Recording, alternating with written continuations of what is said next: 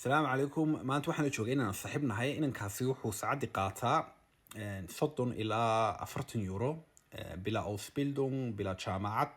Shaqadaasina qof kasta ayaa bilaabi kara. Talaabooyinka shaqada lagu bilaabana isaga iminka inoo sharaxaya. Shaqadaasina waxaa la yiraahdaa Gebäudereiniger. Gebäudereinigana muxuu yahay sidee baa loo bilaabi karaa? Ja, erzähl mal bitte, wie wird man Gebäudereiniger? Und was genau muss man machen?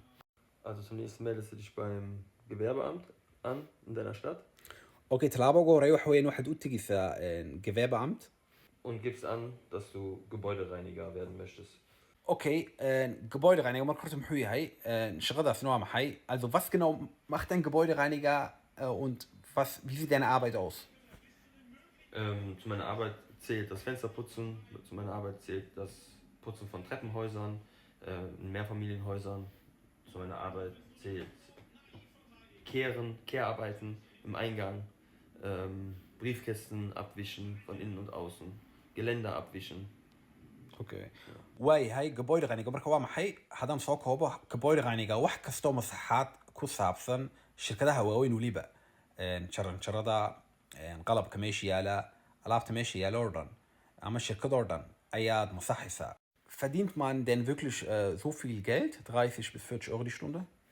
Ja, das ist wirklich möglich und in manchen Fällen ist es sogar möglich, dass man bis zu 60 Euro die Stunde verdienen kann. ها wuxuu yiri lacag fiican baa la qaataa ilaa 60 euro ayaa xitaa mararka qaarkood aan qaadana ayuu yiri. Wie kommt man denn an die Kontakte der Firmen? Also man kann sich Flyer erstellen natürlich und dann die Firmen abfahren und so versuchen zu werben. Oder man macht Online-Werbung oder wo ich die Erfahrung gemacht habe, ist, dass Leute einem weiterempfehlen. ها waxaan mid kale weydiiyey sidee baad shirkadahaas ula shaqeyni kartaa? Wuxuu yiri waa inaad shirkadaada xaysiisid, waa inaad drukaraysid waraaqo la yiraahdo flyer waxaysiin. Shirkadahaas oo dhan magaalada ku yaala oo dhan ayaad boosta ugu tuuraysaa ama online ayaad xaysiis ka samayn kartaa. Hast du sonst noch einen Tipp oder einen Ratschlag oder so? Nein, es ist auf jeden Fall harte körperliche Arbeit, aber sie macht Spaß. Man ist viel unterwegs, ist viel im Kundenkontakt und ja, ich bin sehr zufrieden.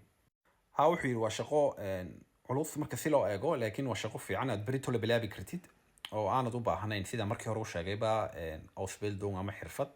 Dowladdu ma iska diiwaan gelinaysaa, shirkadaada ayaad xaysiinaysaa.